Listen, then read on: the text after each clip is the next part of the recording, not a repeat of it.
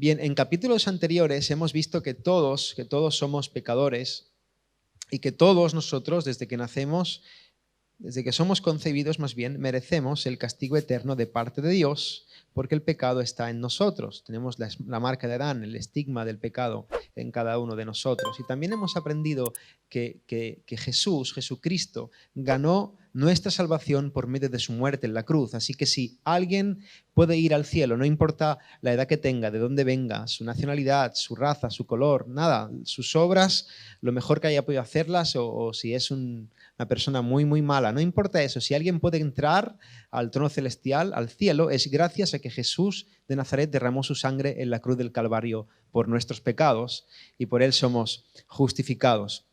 Ahora, en los próximos estudios, a partir de hoy en adelante, vamos a estar examinando la manera en la que Dios aplica esa salvación a nuestra vida. Somos salvos por medio de la obra de Jesucristo. Ahora, ¿cómo Dios aplica esa salvación a nuestras vidas? Esta doctrina se llama soteriología, la doctrina de la salvación, de cómo aplica la salvación a nuestras vidas.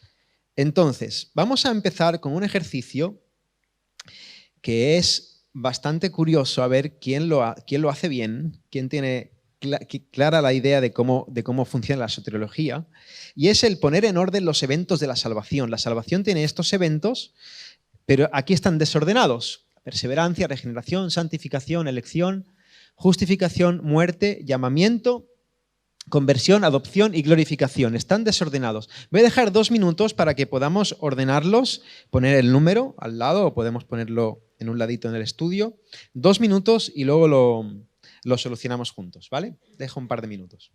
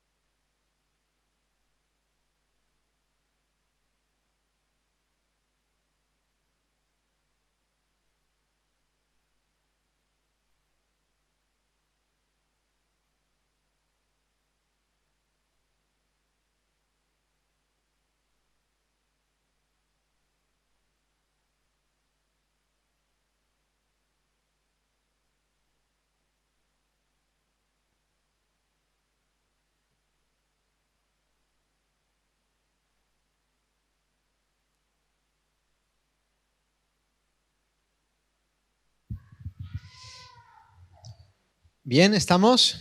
Hemos tenido un tiempo. ¿Alguien quiere un poco más? Dejamos, ¿no? Está bien. Bien, vamos a solucionarlo. El orden correcto sería este.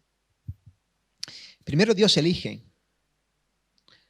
luego Dios llama, después hay una regeneración, un soplo del Espíritu, lo que la Biblia dice nacer de nuevo.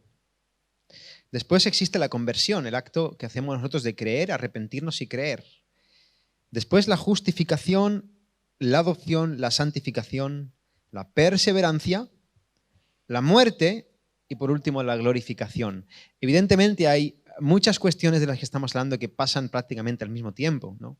Nosotros, hay un llamamiento eficaz del Evangelio, pero cuando nos convertimos, el Espíritu Santo actúa en nosotros, nos da la fe, nos da la capacidad para creer, arrepentirnos, nos abre los ojos para ver a Jesús, nos convertimos y en el momento de nuestra conversión somos justificados. Pasa al momento. Y en el momento de nuestra justificación somos adoptados, ¿no? Nos dio el espíritu de adopción, dice Pablo. Y a partir de ahí empieza un proceso de santificación, una perseverancia hasta el final. Creemos en la perseverancia de los santos, luego morimos y luego es la glorificación. En este capítulo vamos a centrarnos en el primer punto, en la doctrina de la elección. Vamos, la elección y la predestinación, podéis apuntarlo, aquí tenéis el hueco para apuntar, la elección y la predestinación. Vamos a definir lo que significa elección y predestinación según lo que este teólogo, Wayne Grudem, explica acerca de esta doctrina. Antes de empezar en el medio del asunto, es importante volver a recalcar que no todos los protestantes, no todos los evangélicos, no todos nuestros hermanos están de acuerdo con esta forma de entender la elección. Hoy vamos a hablar de forma bastante, voy a intentar profundizar lo máximo en cuanto a esto, respondiendo a algunas objeciones, pero es importante acercarnos en esto con convicciones profundas. Yo personalmente estoy convencido de que esta es la enseñanza bíblica, pero también con una actitud humilde y de tender lazos y no separarnos con aquellos que ven esto de una forma distinta. Ahora, ¿qué significa la elección según lo que enseña Wayne Grudem, lo que enseña la teología reformada en base a las Escrituras? La elección es un acto de Dios antes de la creación mediante el cual Él elige a algunas personas para ser salvas, no en base de méritos previsibles en ellos, sino porque ese es su soberano deseo. ¿Bien? Dios, antes de la fundación del mundo, antes de la creación, elige a algunas personas para salvación y no lo hacen por sus obras, por sus méritos, sino porque lo hace porque Él quiere hacerlo, porque es su voluntad soberana. Hay varios pasajes en el Nuevo Testamento que avalan esto. Por ejemplo, Hechos 13:48 dice: los gentiles, oyendo esto, se regocijaban y glorificaban la palabra del Señor y creyeron, ¿quiénes? Todos los que estaban ordenados para vida eterna. Esos fueron los que creyeron. En Romanos 8:28 al 29 dice: y sabemos que a los que aman a Dios, todas las cosas les ayudan a bien. Esto es, a los que conforme su propósito son llamados, porque a los que antes conoció, también los predestinó para que fuesen hechos conforme a la imagen de su Hijo, para que Él sea el primogénito entre muchos hermanos. Romanos 9:11, 13. Hablando de Esaú y de Jacob, importante enfatizar que aquí no está hablando de las naciones, sino está hablando de las personas, de los individuos. Dice: pues no habían aún nacido, ni habían aún hecho ni bien ni mal. ¿Quiénes? Esaú y Jacob, para que el propósito de Dios conforme a la elección permaneciese, no por las obras, sino por el que llama.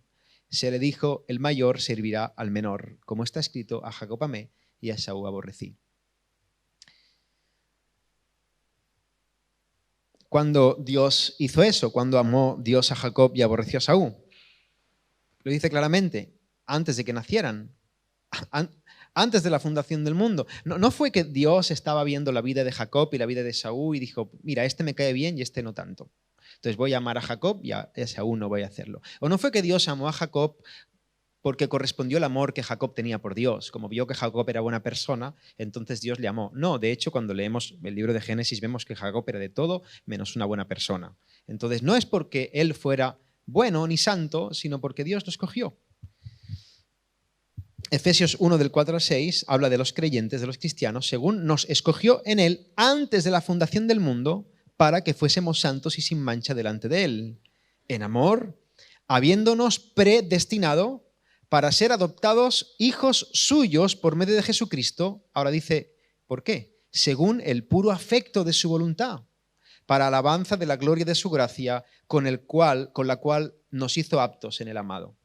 Fíjate ahora 1 de Tesalonicenses 1 del 4 al 5. Dice: porque conocemos, hermanos amados de Dios, vuestra elección, pues nuestro evangelio no llegó a vosotros en palabras solamente, sino también en poder, en el Espíritu Santo y en plena certidumbre, como bien sabéis cuáles fuimos entre vosotros por amor de vosotros. Y 2 de Tesalonicenses es todavía más claro. Pero nosotros debemos dar siempre gracias a Dios respecto a vosotros, hermanos amados por el Señor, de que Dios os haya escogido desde el principio para salvación, mediante la santificación por el Espíritu de verdad. Está claro que el Señor escoge, está llena, la Escritura está llena de esta verdad, Pero por otro lado, la Biblia también niega que la razón de la elección de Dios por nosotros sean nuestras buenas obras, como antes decía, ¿no? Él escogió a Jacob porque vio que Jacob era una persona espiritual y Esaú era un hombre carnal, para nada. No es porque Jacob fuera bueno y Esaú malo, sino que la Biblia enseña que el propósito mismo de Dios es el que sustenta su elección y que su gracia inmerecida fue dada en la eternidad pasada. Mira lo que dice 2 de Timoteo 1:9. Quien nos salvó y llamó con llamamiento santo, no conforme a nuestras obras, sino según el propósito suyo y la gracia que nos fue dada en Cristo Jesús antes de los tiempos de los siglos. Bueno, si Pablo no quería estar diciendo lo que estamos enseñando hoy, la verdad es que fue un poco torpe, porque es que lo dice muy claro muchas veces. Y lo dice de forma concreta y lo aclara, que os ha salvado, os ha llamado, no por, tenedlo claro, no es por vuestras obras, no es por lo que estéis haciendo, es porque Él quiso hacerlo cuando, antes de la fundación del mundo. Lo repite una y otra vez. Ahora, el Nuevo Testamento presenta la enseñanza de la elección con un propósito. El autor inspirado, Pablo, o en otros pasajes, Pedro, incluso los evangelios, cuando habla de este tema, siempre, nunca lo hace para enfrentar o para iniciar un debate teológico. Pablo no trata eso. Tal vez en Romanos un poco, se vislumbra ahí un poco que Pablo está debatiendo con un opositor imaginario. Es muy interesante lo que hace, ¿no? Porque empieza a abordar doctrinas y es como que contesta él en cuanto a la objeción que puede tener alguien que lo está leyendo y responde a esa objeción, ¿no? Y tal vez ahí sí que se puede vislumbrar algo así, pero siempre que la Biblia trata eso, incluso en Romanos también. Venimos del capítulo 8 de Romanos en la que Pablo está hablando del cuidado de Dios para con sus hijos y el propósito que tiene es dar consuelo, uno de ellos, ¿no? Podemos apuntar ahí un consuelo para los creyentes. Romanos 8 enseña que la iglesia de Dios siempre, o que Dios actúa para con la iglesia siempre mirando el bien de ellos. Y que pase lo que pase, nosotros podemos descansar y confiar en el Señor. Ese es el punto de Pablo. Pablo no está queriendo llenar la mente de las profundidades de los misterios de Dios en la eternidad, que sí, de forma clara. Pero ¿cuál es el punto? El punto es, iglesia, no estéis turbados, descansad. Dios es soberano. Tened fe, tened confianza, estad tranquilos, tened consuelo. En el pasado Dios decidió actuar en favor de nuestro destino eterno. Él me salvó. ¿Cuándo? Antes de que el mundo fuese. Entonces, mi futuro está asegurado. Yo sé a dónde voy. Por tanto, el argumento de Pablo en este caso es, por tanto, Dios también te va a cuidar en tus circunstancias presentes. Porque Dios está al control. Dios ya sabe cuál va a ser la película, ya sabe cuál va a ser tu final. Entonces, hoy, tranquilo, Dios está al control. Ese es el punto de Pablo. Descansa. Sirve para un consuelo para los creyentes. Esa es la razón por la que estas doctrinas son tan preciosas. Hermanos, a mí me entristece cuando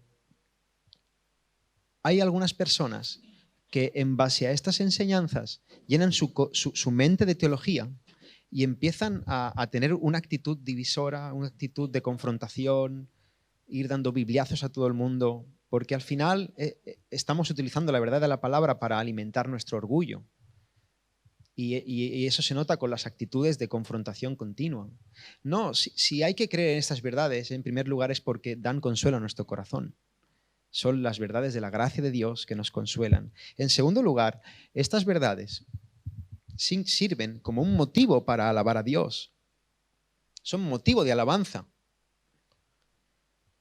Efesios 1, 11, 12 dice, en él asimismo tuvimos herencia, habiendo sido predestinados conforme al propósito del que hace todas las cosas otra vez.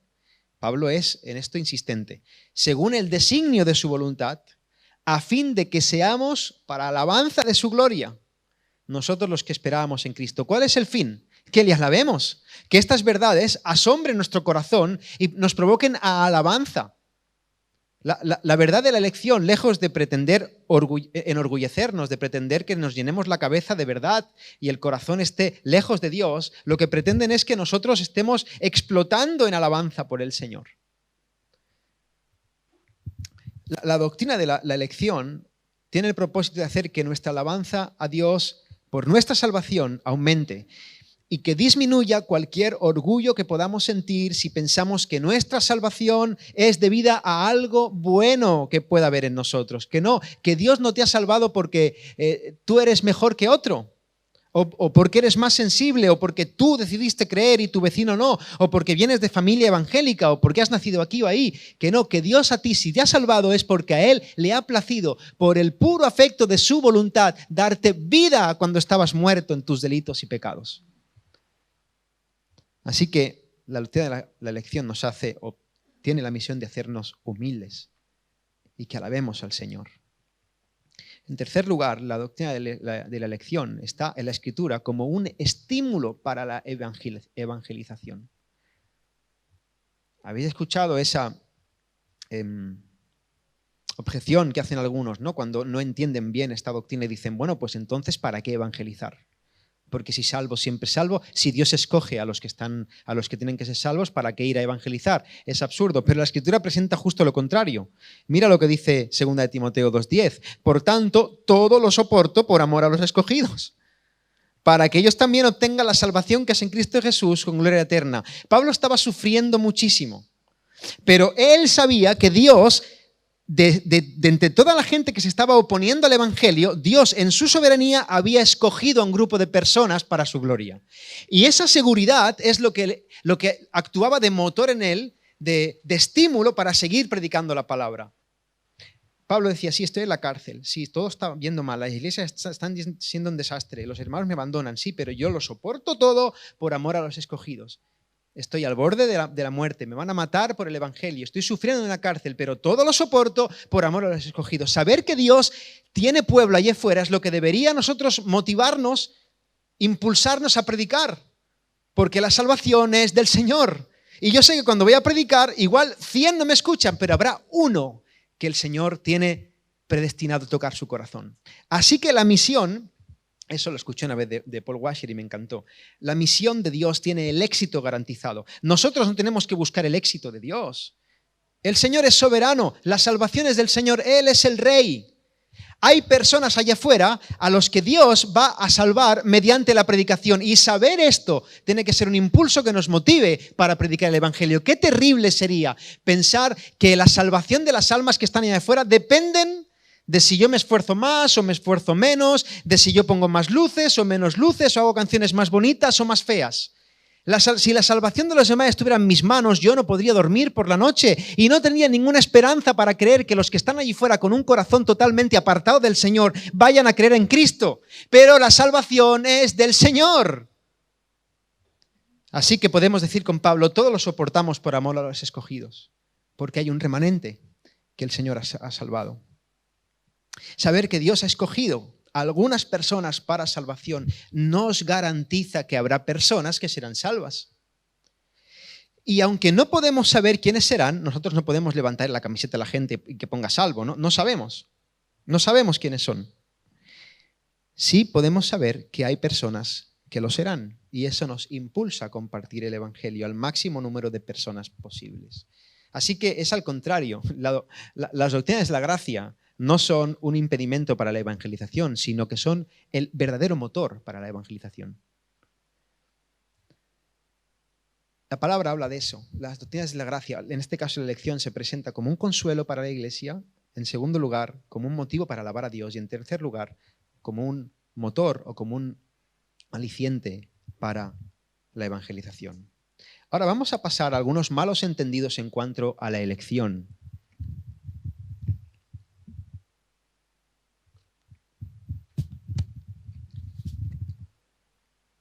Y esto, me gusta este punto, lo quiero tratar con un poquito de énfasis, porque la mayoría de veces que trato con personas que no estén de acuerdo con la doctrina de la elección soberana de Dios, cuando empiezas a hablar con ellos te das cuenta de que no la han entendido.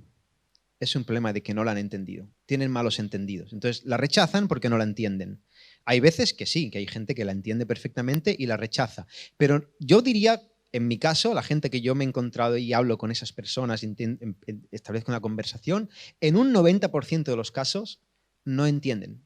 No lo he entendido. ¿Hay algún malentendido? Puede ser que sean algunos de los que vamos a presentar o pueden ser otros que hacen que rechacen esa doctrina. Lo primero, y podemos apuntarlo en los papeles, la elección no es fatalismo. ¿Qué significa esta palabra fatalismo? El fatalismo concluye que las elecciones y las decisiones humanas no sirven para nada, ya que como las cosas van a suceder tal y como han sido ordenadas previamente, entonces la responsabilidad que cada uno tenemos queda totalmente anulada. ¿Se entiende? Si al final va a pasar lo que Dios quiera, pues yo me quedo en mi sofá y me espero a morir, porque al final, ¿para qué? ¿Para qué vivir? ¿Para qué trabajar? ¿Para qué hablar? ¿Para qué estudiar? ¿Para qué pensar? ¿Para qué? Dejemos que se siga el curso de la historia y yo me quedo aquí tranquilito y no me complico la vida, ¿no? Eso es el fatalismo. Bajo este punto de vista, nuestras decisiones, nuestras acciones no importan. De hecho, yo hice la oración del pecador en su día y ahora da igual si peco, si no peco. Si cometo adulterio, no pasa nada. Si Nerea me perdona, ¿qué más da? Al final va a pasar lo que tenga que pasar. Eso es un malentendido muy grave, que tiene consecuencias desastrosas. ¿Cuál es la respuesta bíblica? Mira lo que dice Juan cuando está hablando con Nicodemo. Dice, mira, Nicodemo, lo primero que le dice es, para entender las cosas del reino de Dios tienes que nacer de nuevo. Y eso no depende de ti. Ahora, lo segundo que le dice es, Dios ha enviado a su Hijo Jesucristo para que todo aquel que en él cree no se pierda, mas tenga vida eterna. Y hace esa tipología, ¿no? Jesús como la serpiente de bronce levantada en el desierto. Pero lo tercero que Jesús le dice a Nicodemo es, Nicodemo, antes yo te he dicho que tienes que nacer de nuevo y no depende de ti, pero ahora te digo que el que cree en él no es condenado, pero el que no cree ya ha sido condenado porque no ha creído en el nombre del unigénito Hijo de Dios. Es decir, Nicodemo, la pelota está en tu tejado. Tienes que creer. Eres responsable de creer. ¿Cómo? Pero yo no puedo creer si no me es dado, pero al mismo tiempo soy responsable de creer y si no soy juzgado por mi falta de fe. Eso es lo que está diciendo Jesús. Por lo tanto, la Biblia presenta esta paradoja. Dios es soberano, absolutamente soberano, el ser humano es absolutamente responsable. Y estas dos verdades no las podemos separar, por mucho que en nuestra mente finita no nos quepan a veces.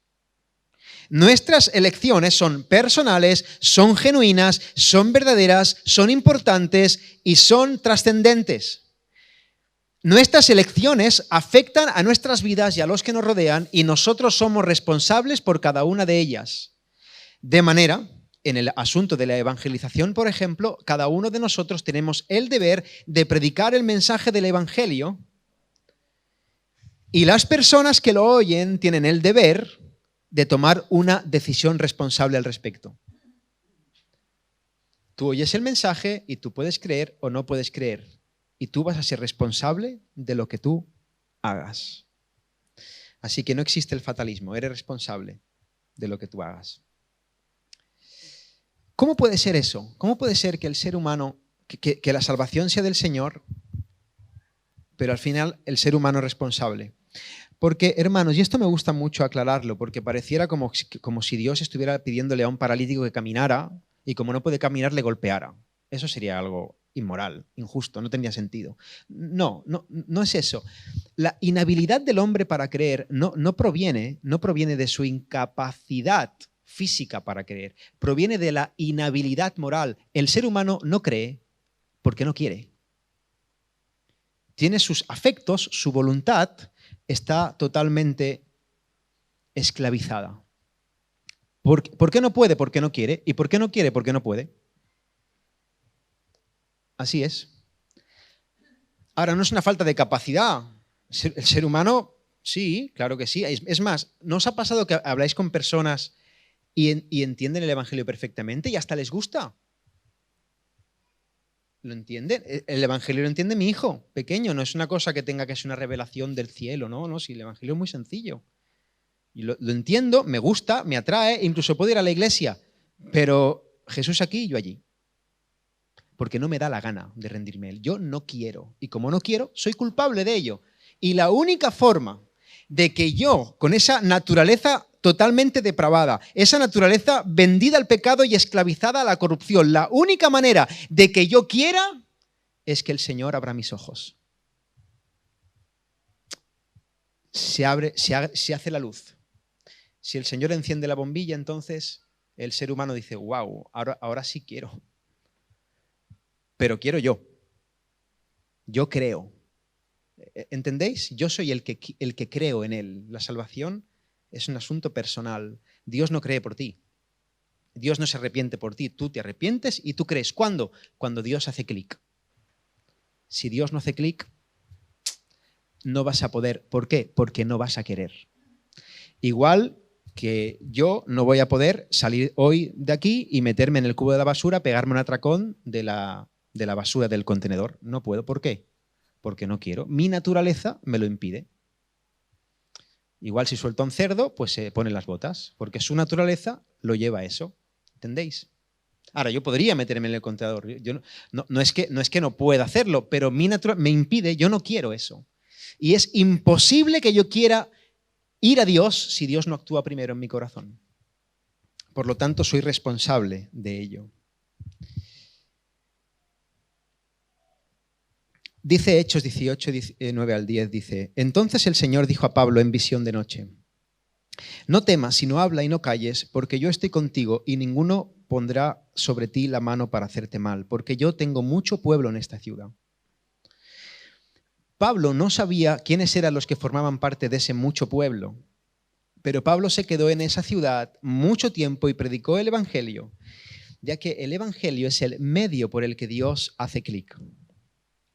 Es la predicación de la palabra, lo que el Espíritu Santo, a lo que Dios le ha placido que por medio de la predicación de la palabra sea el medio por el que el Espíritu Santo actúa en los corazones de las personas. Pablo dice en Romanos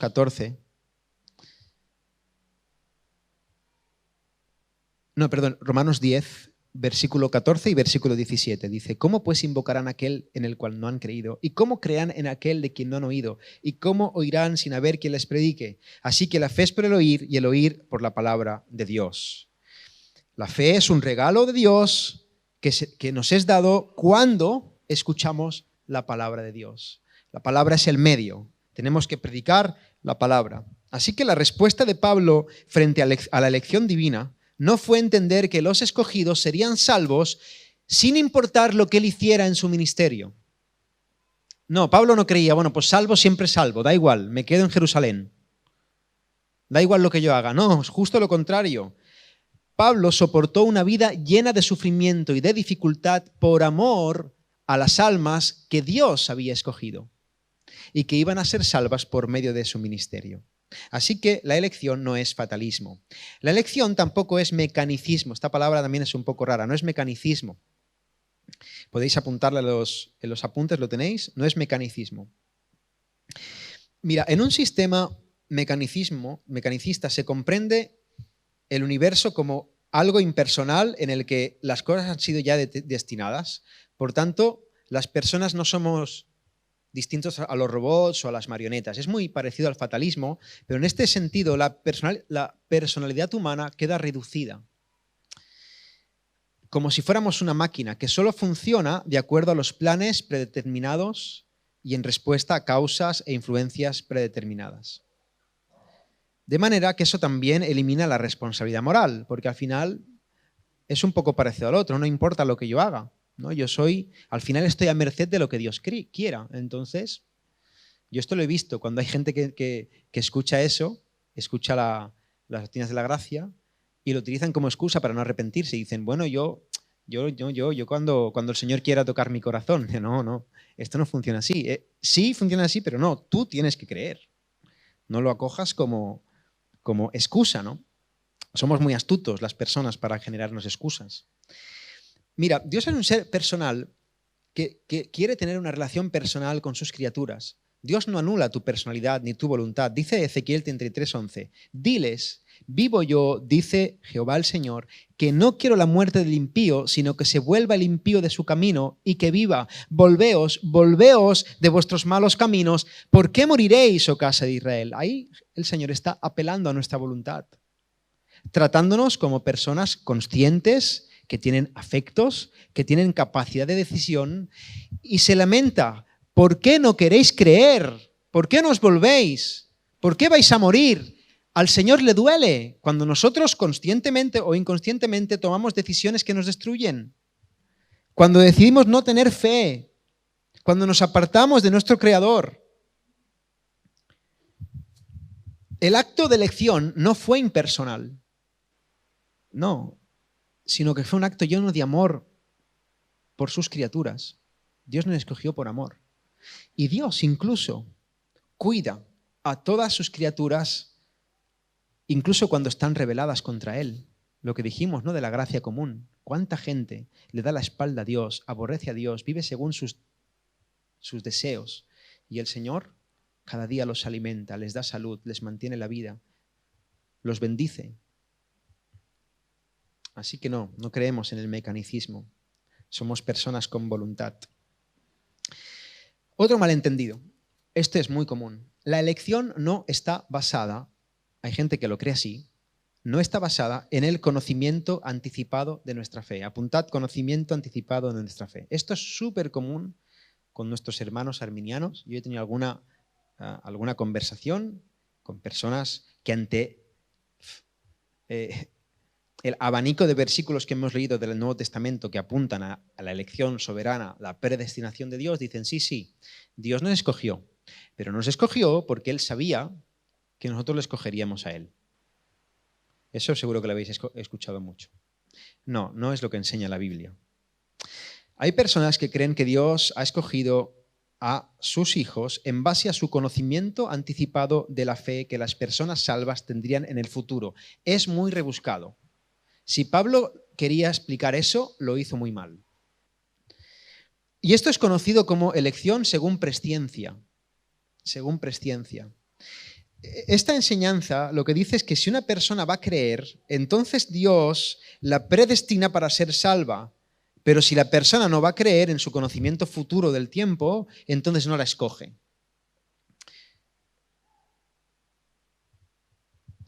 Entonces, el trabajo de Dios, en este caso, es confirmar la decisión humana, libre y soberana, sin Él determinar nada. Aquí el soberano es el ser humano. Y suele usarse, ahí Primera de Pedro, nos escogió según la presciencia de Dios, ¿no? Que es verdad, ¿no? Es verdad. Él lo sabe todo, tiene un conocimiento anticipado, pero esa verdad no anula la soberanía absoluta de Dios. Y también suele usarse Romanos 8:29 para defender esta postura. Y dicen, porque a los que antes conoció, también los predestinó. ¿Ves? Primero los conoció lo que harían y luego los predestinó. No, porque Pablo ahí no está hablando de los hechos de las personas. No está hablando de las acciones. No está diciendo que Pablo conoció las acciones de las personas a las que después predestinaría. No, lo que está diciendo es que conoció a las personas. Los conoció a ellos, me conoció a mí. Y la palabra conocer en la Escritura es muy profunda, es muy bonita. Habla de una relación íntima. Habla de una relación de amor. A mí me conoció antes de que el mundo fuera. Antes de que tú nacieses, Jeremías, yo te di por profeta a las naciones. Él sabe quién soy. Él sabe quién soy yo, me conoce. Y me conoció y me predestinó. A mí.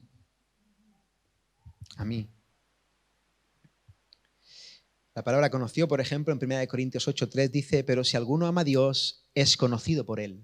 Habla de la persona, es conocido por Él. Gálatas 4:9, más ahora, conociendo a Dios, o más bien, siendo conocidos por Dios. Es una expresión que usa Pablo para hablar de nuestra relación íntima, de comunión paterno-filial con nuestro Creador. ¿Y cuál es la respuesta bíblica a esta verdad? Volvemos otra vez a Romanos 9, 11, 12.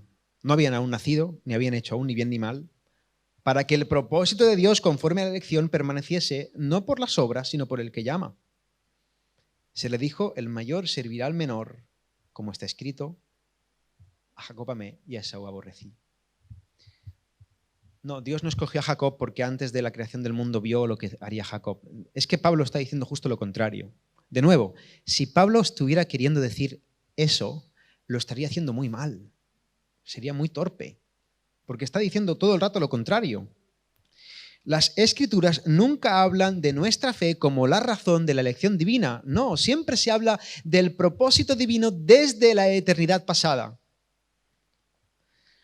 Dice Romanos 11, 5, 6, así también aún en este tiempo ha quedado un remanente escogido por gracia, y si por gracia, ya no es por obras. De otra manera, la gracia ya no es gracia, y si por obras, ya no es gracia. De otra manera, la obra ya no es obra. Hermanos, hay quien objeta que la fe no es contada como una obra. Dicen, sí, no, la salvación es por gracia, él me predestinó pero para salir de este paso en el que, claro, si Dios a mí me escogió porque yo creería, Dios me estaría escogiendo en base a una obra que yo hago. ¿No? Como yo he hecho la obra de creer y es una buena obra, pues Dios me escoge. Entonces la salvación sería un poco por obras, ¿no? Sí. Y entonces alguien dice, no, porque la fe no es una obra. Pero en el contexto de cada texto en el que se presenta esta doctrina, Pablo enfatiza que la base de la elección no es ninguna acción o creencia humana, sino el propósito soberano de Dios. Otra vez volvemos a Efesios 1, 5, 6. En amor, habiéndonos predestinado para ser adoptados hijos suyos por medio de Jesucristo, según el puro afecto de su voluntad, no por nuestras obras, sino por su voluntad. Además, la elección basada en algo bueno en nosotros, aunque no lo contáramos como una obra, pero es algo bueno, sería el comienzo de la salvación por méritos. Y la Biblia es muy clara. Y ahora Pablo ya dice, mira, si te quedaba alguna duda, y este es el texto que voy a tocar este domingo, predicando en la iglesia, Efesios, vamos a estar desarrollando el capítulo 2, pero centrándonos en Efesios 2, del 8 al 9, también celebrando que va a ser pronto el aniversario de la Reforma Protestante, y se recuperaron estas verdades, ¿no?, que llenan nuestro corazón de gozo. ¿Qué dice Pablo? Porque por gracia sois salvos por medio de la fe. ¿Ves? Es por medio de la fe, tengo que creer y tengo que hacer la obra de creer, ¿verdad? Dice Pablo, no, espérate. Y esto, la fe, no de vosotros, pues es don de Dios. Es decir, la fe que tú tienes es un regalo, ni tu fe es tuya. Dios te ha regalado la fe y es por medio de la fe que tú obtienes la gracia de la salvación. Es decir, Dios te da el premio y te da el medio para obtenerlo, que es la fe. Y si no te ha quedado todavía del todo claro, Pablo vuelve a enfatizarte, no por obras. ¿Para qué? Para que nadie se gloríe. Porque al final, hermanos, si el hecho de creer pudiera ser contado como una obra o como algo bueno que Dios vio en mí para que entonces Él me predestinara, yo tendría un ápice de posibilidad de pararme delante de Dios y decirle, gracias Señor, porque hiciste tu parte. La verdad es que, Señor, te lo has currado un montón, pero yo creí, ¿eh? Yo fui más listo que mi vecino. Yo leí la Biblia y la entendí. Y mira que no tengo ni la ESO, pero la entendí. Y el otro no, el otro más cabezón. Entonces, mira, para ti, Señor, el 99% de la gloria, pero déjame el 1% para mí. ¿Habría esa posibilidad?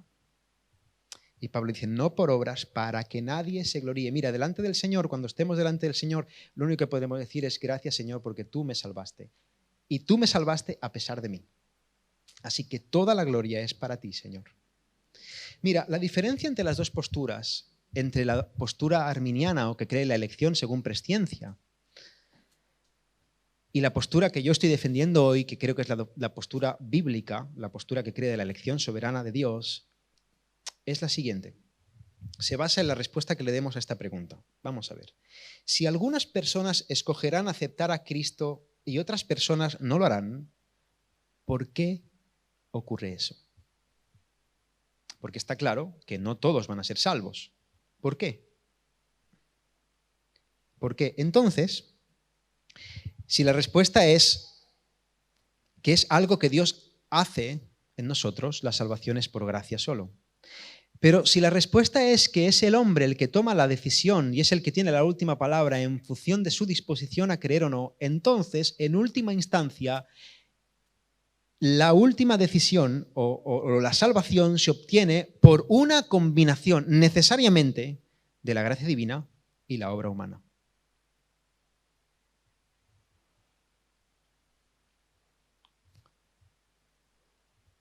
Ahora, la predestinación basada en el conocimiento anticipado, esto es interesante, no le da a las personas decisión libre, porque la gente que está en esta postura lo hace, y luego lo veremos, porque quiere mantener a pies juntillas lo que ellos entienden que es el libre albedrío. Pero, si al final entendemos que Dios es el que determina todo, y Dios determina porque yo creí, entonces cuando yo he creído está determinado también. Es una paradoja. Entonces es un poquito. ¿Habéis visto la película Efecto Mariposa? Que dices, uy, ¿qué pasa? ¿Estaremos en el pasado, en el futuro? Y lo que estamos haciendo es pasar de estar en manos de un Dios bueno y soberano y todopoderoso a estar en manos prácticamente del azar, de la nada. ¿Por qué creo yo o por qué no creo yo? Tomo yo la decisión, pero Dios lo ha destinado. Es un lío.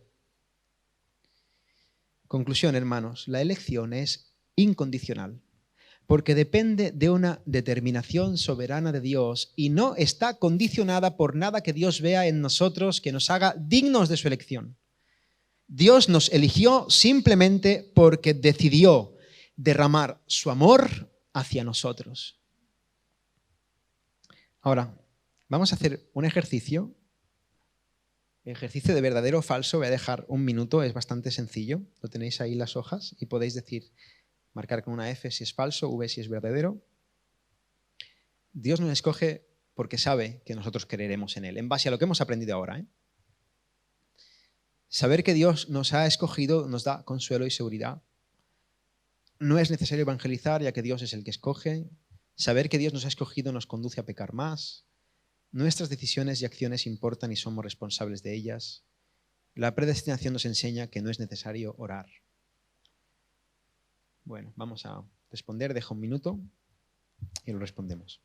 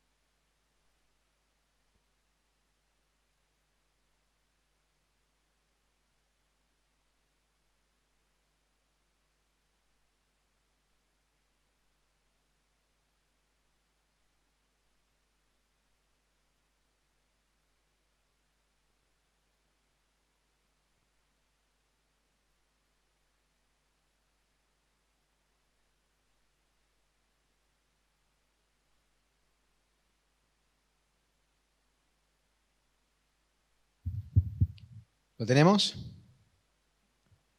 Sí, esta es la solución. La primera, Dios nos escoge porque sabe que nosotros creeremos en Él. Yo estoy tratando de defender que eso es falso.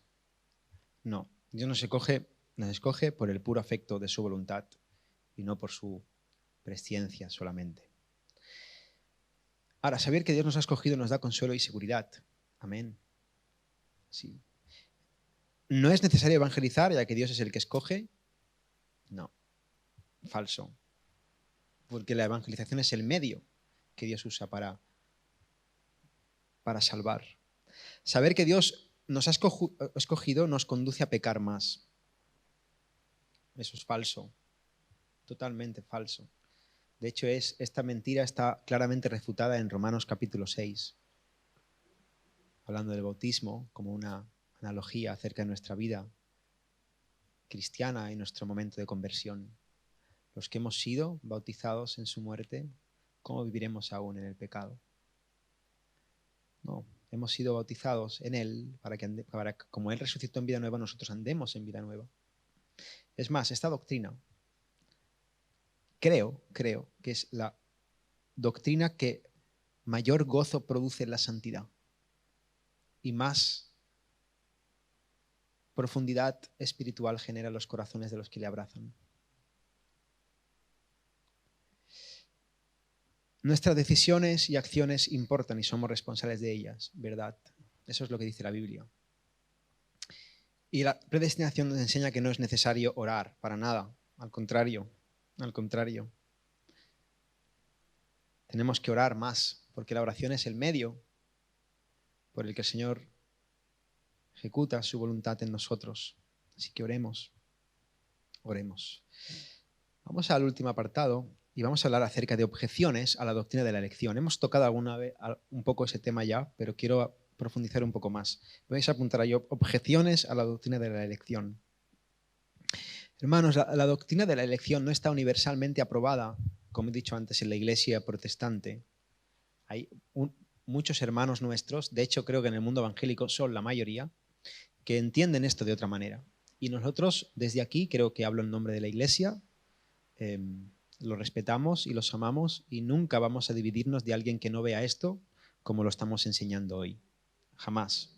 Hay hermanos de los que tenemos mucho que aprender en otras áreas que entienden esto de otra forma y si hay aquí alguien que lo entiende de otra manera, no hay ningún problema, porque esto no atañe a la salvación. En mi opinión, es una cuestión de ir profundizando, de ir conociendo, de ir aprendiendo y bueno, en el cielo veremos quién tenía razón. A lo mejor no tenemos razón ninguno, pero tranquilos, nunca nos separemos por estas cosas ni que los debates al final generen un cisma donde no lo hay. Nuestros hermanos son aquellos por los que Cristo murió. Es más, hay mucha gente que cree estas verdades y no son creyentes.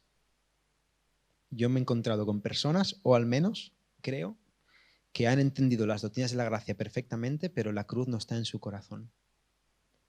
Y tienen que nacer de nuevo. Están llenos de intelectualismo teológico, pero no tienen vida espiritual.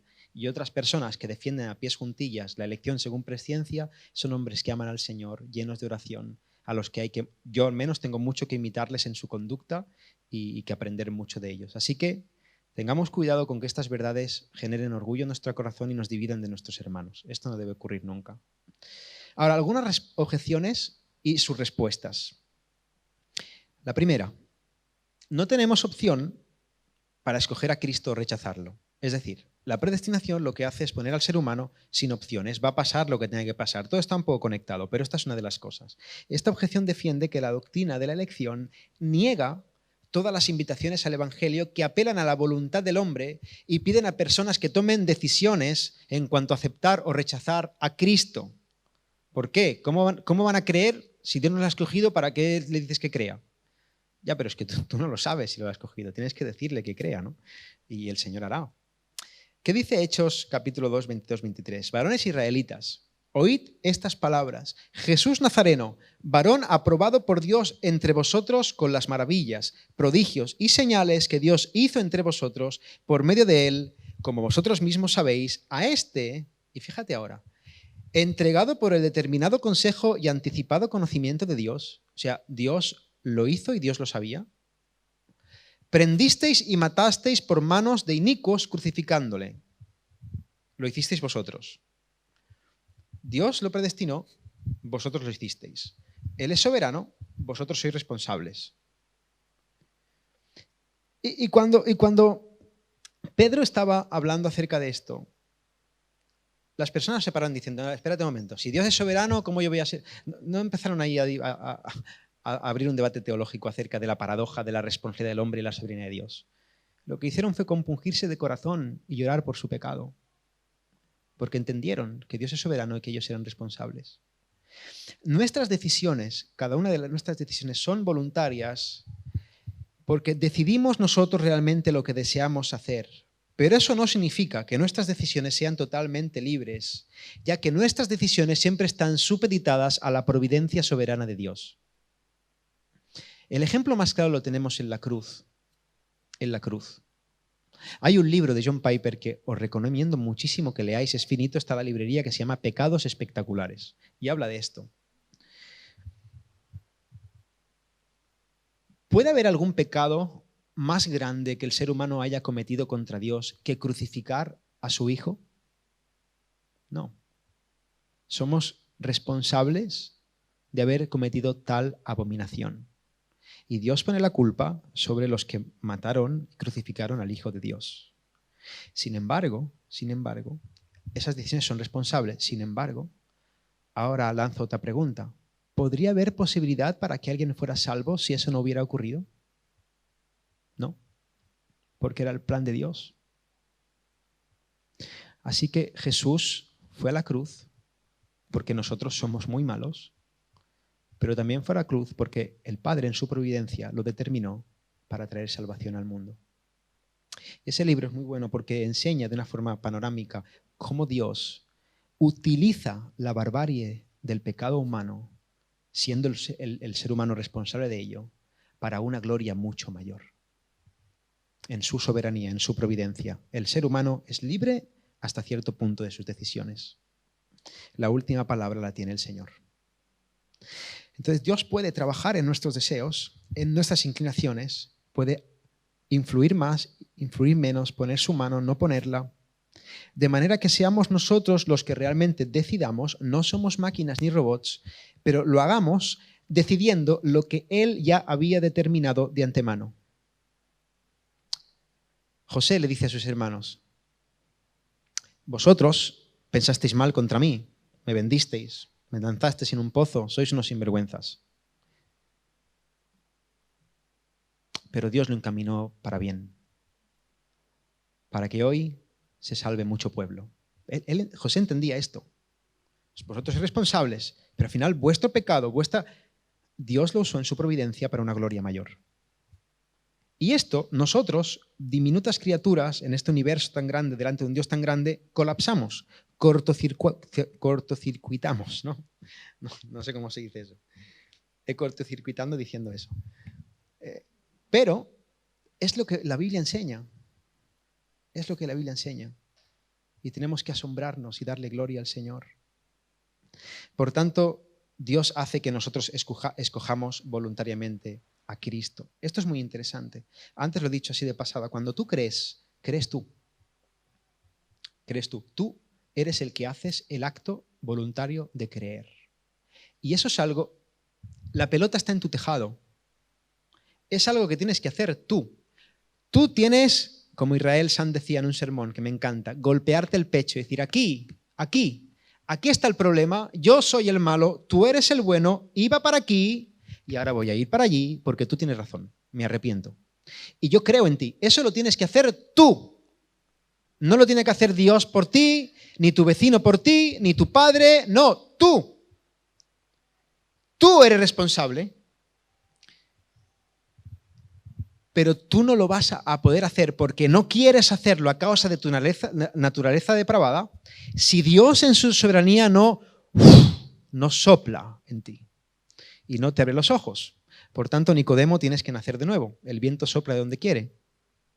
Él es soberano. Ahora, cuando el Señor sopla y abre tu corazón, entonces tú crees. Eso fue lo que me pasó a mí en un cuarto hace 7 años. Yo estaba escuchando un sermón de Paul Washer, mientras lo escuchaba me estaba medio burlando de él y conforme la palabra fue calando en mi corazón, el Señor me hizo clic y lo entendí. No solamente aquí. Y me puse de rodillas y dije: yo malo, tú bueno. Yo pecador, tú santo. Sálvame. Lo entendí. Y eso lo hice yo. Y yo lloré y yo creí.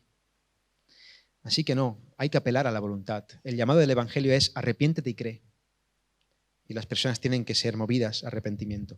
2, nuestras opciones no son reales. Pone claro ahí en el papel: opciones, no son reales.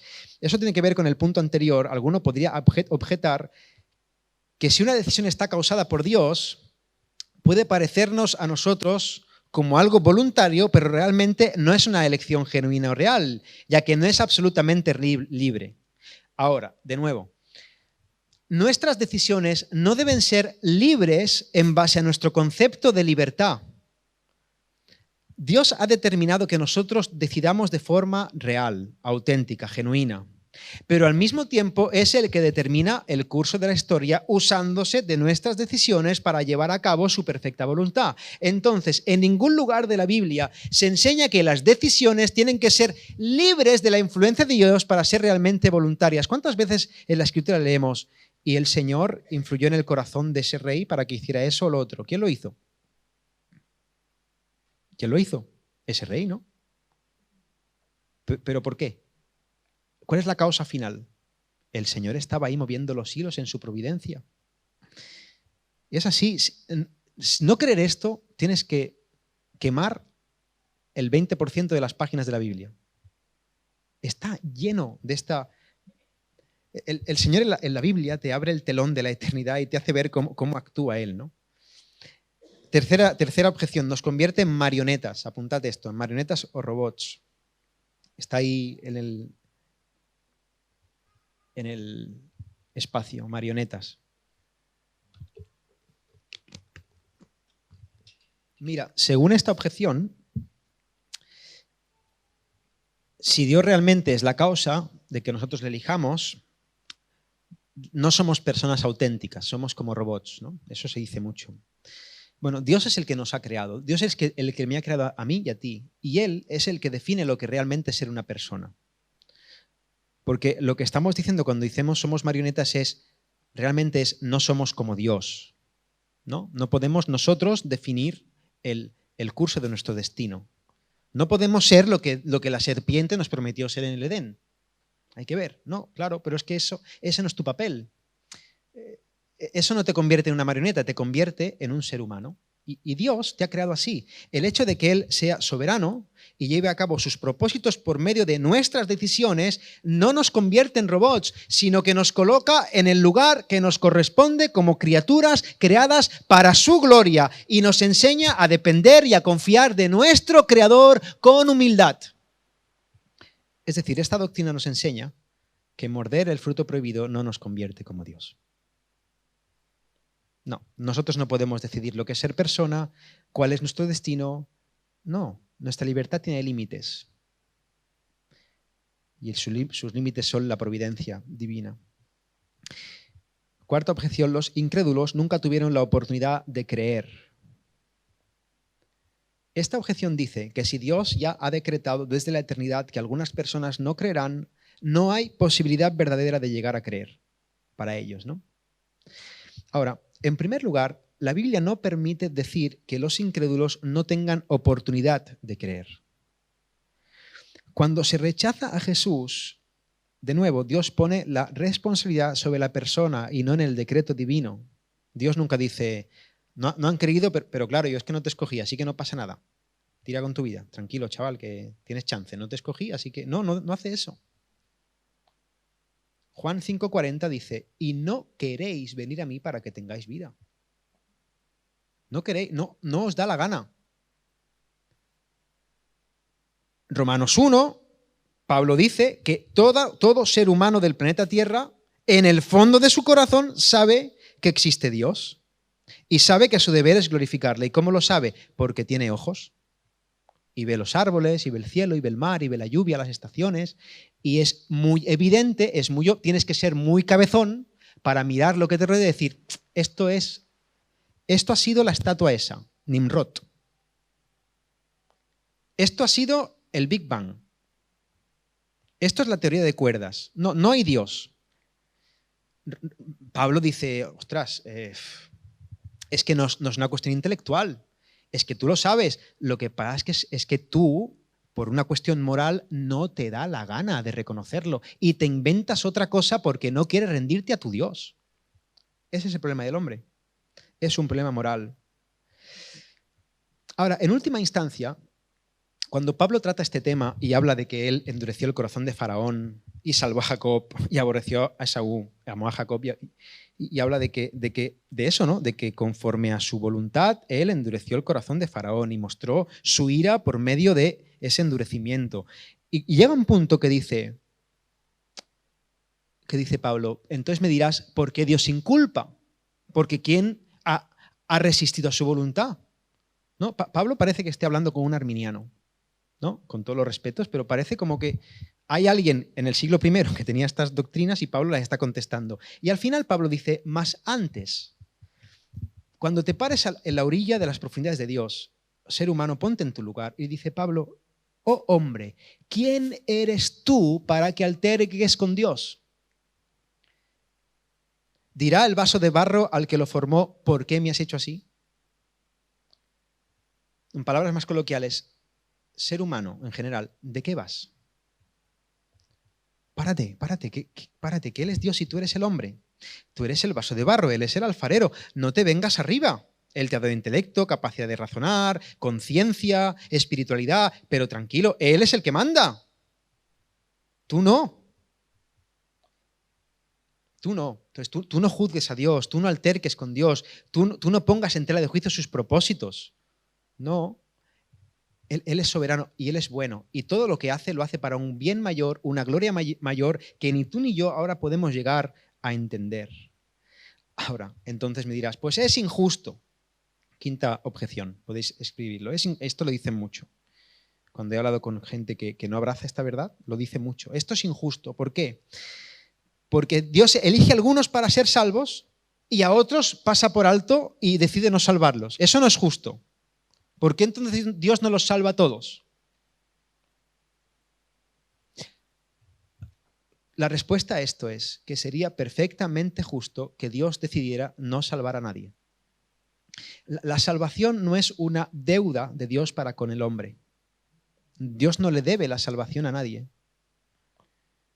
Segunda de Pedro 2:4 dice, porque si Dios no perdonó a los ángeles que pecaron, sino que arrojándolos al infierno los entregó a prisiones de oscuridad para ser reservados al juicio, habla de la gente que se aparta de la fe, ¿no? Que tengamos cuidado, ¿no? Después. No, el Señor, los ángeles que se rebelaron no tienen misericordia. ¿Os habéis fijado en esto? No hay evangelio para los demonios. Y nadie se queja. Nadie reclama, Señor, ¿por qué? Hombre, mándales. No, porque es justo, porque ellos han hecho el mal y hay condenación. ¿Y nosotros? Lo mismo. Nos hemos rebelado contra Dios, unos más, otros menos, pero todos estamos fatal delante del Señor. ¿Y Él qué tiene que hacer? Juzgarnos. ¿Y eso es injusto? No, eso es justo. Eso es lo que merecemos todos, justicia. Ahora bien, en este punto hay quien dice que Dios podría seguir siendo injusto porque Él ha creado a personas que Él sabía que no eran escogidas. Entonces Romanos, del 19 al 24, plantea esta objeción y su respuesta vuelve a ser concisa y volvemos a lo de antes, ¿no? Volvemos a hablar de que Pablo está hablando con un interlocutor imaginario que está como acusando a Dios. Pero me dirás, ¿no? El interlocutor imaginario, ¿por qué pues Dios inculpa? ¿Por qué? ¿Quién ha resistido a su voluntad? Otra vez, más antes, oh hombre, ¿quién eres tú para que alterques con Dios? Dirá el vaso de barro al que lo formó, ¿por qué me has hecho así? ¿O no tiene potestad el alfarero sobre el barro para hacer de la misma masa un vaso para honra y otro para deshonra? ¿Y qué? Si Dios, queriendo mostrar su ira y hacer notorio su poder, soportó con mucha paciencia los vasos de ira preparados para destrucción y para hacer notorias las riquezas de su gloria, las mostró para con los vasos de misericordia que Él preparó de antemano para gloria, a los cuales también ha llamado, esto es, a nosotros, no solo de los judíos, sino también de los gentiles. Pablo enseña que llegamos en última instancia a una orilla en la que el entendimiento que tenemos es limitado y no debemos cuestionar a Dios ni juzgarlo, ya que es el creador y nosotros somos las criaturas. Dios no le debe la salvación a nadie y si Él ha decidido por gracia, por misericordia salvar a un grupo de personas, no es injusto, es un acto que merece alabanza, adoración y gloria. Gracias, Señor, porque en lugar de mandar como tú debías hacer a todo el mundo al infierno, entregaste a tu Hijo Jesucristo en una cruz. Él derramó toda su sangre, Él resucitó al tercer día para que los que tú quieres sean salvos para tu gloria. Amén. Amén. Sexta objeción. Dios quiere que todos sean salvos. 1 Timoteo 2:4 dice, el cual Dios quiere que todos los hombres sean salvos y vengan al conocimiento de la verdad. Segunda de Pedro 3:9 dice, el Señor no retarda su promesa, según algunos la tienen por tardanza, sino que es paciente para con todos, no queriendo que ninguno perezca, sino que todos procedan al arrepentimiento. La Biblia claramente distingue una y otra vez entre la voluntad revelada de Dios, lo que Dios quiere que ocurra, y la voluntad oculta de Dios, lo que Dios ha decretado que ocurra. Las cosas reveladas son para nosotros, pero las secretas son para Dios, ¿no? Deuteronomio 29:29. De manera que estos versículos que hemos leído antes hablan acerca de la necesidad de la invitación universal del Evangelio y de su posibilidad a salvar a cualquier persona, pero no dicen que todos vayan a ser salvos. Cada vez que nos encontremos con un versículo así, hagamos el ejercicio de leer todo el capítulo y nos daremos cuenta de que está hablando de otra cosa. Por ejemplo, 1 Timoteo, hablo de memoria 2:4, Pablo está exhortando a que se hagan rogativas por todos los hombres, los que estén en autoridad, las eminencias, los reyes. Dice que oremos por ellos, que el Evangelio tiene que ser presentado a todo el mundo, en un contexto en el que las autoridades están persiguiendo la iglesia. Pablo dice, someteos a ellas, orad por ellas. ¿Por qué? Porque Dios quiere que cualquier persona sea salva, que todos sean salvos. En ese contexto lo dice. No le niegues el Evangelio a nadie. Ahora, finalmente, no todos vamos a ser salvos. Entonces la pregunta es, ¿por qué no todos lo vamos a ser? ¿Por qué no? La postura arminiana responde que hay una cosa que Dios desea con más fuerza que la salvación de todas las personas, ¿no? Porque si Dios quiere que todos seamos salvos y al final no todos lo vamos a ser, pues hay algo que Dios desea más. ¿Y qué es lo que Dios desea más según la postura arminiana? La preservación del libre albedrío humano. Yo he llegado a escuchar, Dios es un caballero, Dios no se mete en la vida de la gente. Dios, tú eres libre, tú eres soberano, Dios no se va a meter. Entonces, hay algo que Dios desea más que todo el mundo se salve, y es que la gente tenga libre albedrío. Sin embargo, la postura reformada, la que yo estoy defendiendo, la que creo que la Biblia dice, responde que hay una cosa que Dios desea con más fuerza a la salvación de todas las personas: la manifestación de su propia gloria. Y parece que la Biblia respalda con más intensidad esta segunda opción. Dios desea que su gloria sea revelada desde Génesis hasta Apocalipsis. No lo hago por vosotros, oh Israel, sino por amor a mi santo nombre. Dios quiere manifestar su gloria y Él ha decidido que la mejor manera de que eso ocurra es que existan personas salvas para mostrar su gracia y su misericordia, y existan personas condenadas para mostrar su ira y su juicio. Y ante esto, ¿quiénes somos nosotros para cuestionar a Dios? Voy a terminar, he avisado de que era muy intenso. Vamos a hablar brevemente de la reprobación. La reprobación es la decisión soberana de Dios desde antes de la creación de pasar por alto a algunas personas, decidiendo con tristeza no salvarlos y castigarlos de sus pecados, y de esa manera manifestar su justicia. Es decir, desde antes de la fundación del mundo, Dios escogió que hay algunos que van a ser condenados. ¿Por qué? Porque no quieren ir a Dios. Y Dios no los salvó. Esta doctrina es difícil de aceptar, tiene consecuencias eternas horribles y afectan a nuestras emociones, pero esta doctrina está claramente presentada en las Escrituras. Hermanos, leemos en Judas 4, porque algunos hombres han entrado encubiertamente, los que desde antes habían sido destinados para esta condenación. Hombres inicuos, que convierten en libertinaje la gracia de nuestro Dios y niegan a Dios, el único soberano, y a nuestro Señor Jesucristo. Antes ya habían destinado. Me encanta cuando Jesús le dice a Judas, el Hijo del Hombre va a ser entregado, así que ve y haz lo que tienes que hacer, porque esto está destinado. pero al que entrega el Hijo del Hombre mejor le sería no haber nacido. Es paradójico. Judas tuvo ese papel. Ahora, nadie le obligó. Él lo hizo porque quería. Y es responsable de ello. Y el Señor se lamenta, ¿no? Más le hubiera valido a ese hombre no haber nacido. Pero ve, ya haz lo que tienes que hacer porque me voy a la cruz. Y tú eres el instrumento que me va a entregar. Tú eres responsable, yo soy soberano. Porque la Escritura dice a Faraón, para esto mismo te he levantado, para mostrar en ti mi poder y para que mi nombre sea anunciado por toda la tierra, de manera que de quien quiere, el Señor tiene misericordia y al que quiere endurecer, endurece. Para vosotros, pues, los que creéis, Él es precioso, pero a los que no creen, la piedra que los edificadores desecharon ha venido a ser cabeza del ángulo y piedra de tropiezo y roca que hace caer, porque tropiezan en la palabra, siendo desobedientes, a lo cual fueron también, ¿qué? Destinados.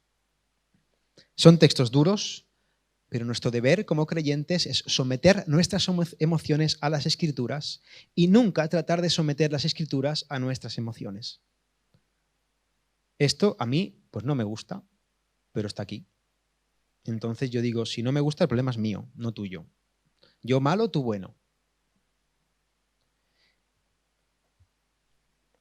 Ahora, hay diferencias entre la elección y la reprobación. En primer lugar, la salvación es causa de gozo y de alabanza. Hay fiesta en el cielo cuando un pecador se arrepiente. La reprobación, sin embargo, es causa de tristeza. Las personas o los ángeles son responsables de su propia condenación y el Señor llora con eso. El Señor lloró sobre Jerusalén. Dios participa activamente en la elección. Dios tiene que abrir el entendimiento de los perdidos para que crean. Si no hay una obra sobrenatural de Dios sobre las personas, nadie va a creer. Sin embargo, los hombres que no creen son dejados a su propia voluntad. Nadie les obliga a no creer. Nadie tiene que hacer ninguna obra en ellos para que no crean. Ellos no creen, llevamos el pecado de Adán y nacimos en pecado y tenemos el corazón totalmente desviado. Dios siente hermanos, Dios siente dolor por los perdidos. Dolor. Y llora por la gente que se pierde. Y esa debería ser también nuestra actitud hacia las personas que se pierden.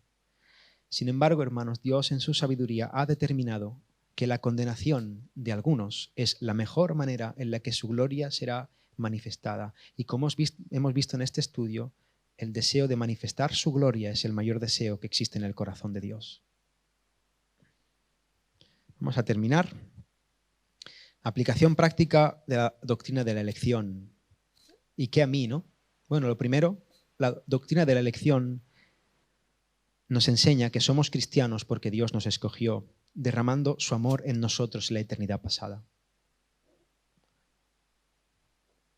A mí no me deja de asombrar esta verdad.